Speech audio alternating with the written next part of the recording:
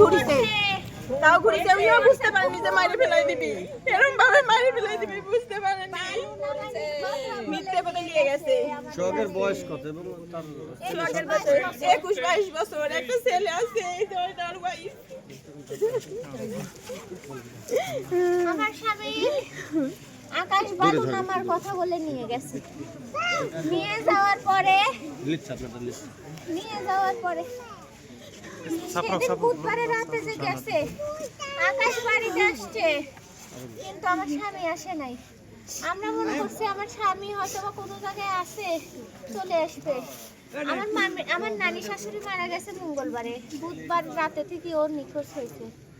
তারপর আমরা পরের দিন বৃহস্পতিবার দিন সন্ধ্যার থেকে যখন এই আকাশের ফোন দেওয়া হয়, আকাশ ফোন ধরে না, কথা বলে না, পলায় পলায় থাকে, বাড়িতেও আসে না। ওর ফ্যামিলির মানুষ বলে আমার হাজবেন্ড নাকি এমনি চলে গেছে, আমার হাজবেন্ড নাকি এমনি দূরে আছে, এরকম বলে আমাদেরকে।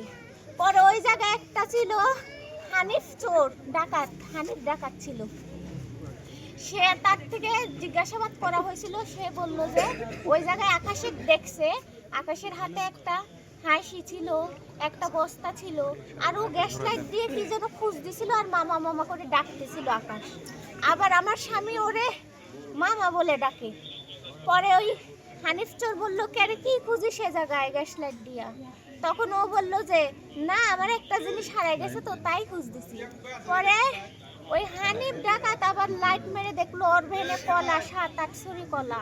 পরে বললো হানিফ চোরকে, ওই আকাশ বলল, আপনি যা দেখছেন, কারো কাছে বলার দরকার নাই, এরকম বললো। তারপর যখন আমার মামা শ্বশুর, আমার উকিল বাবা, এরা যখন খুঁজতে গেছে, তখন হানিফের সাথে দেখা হয়েছে।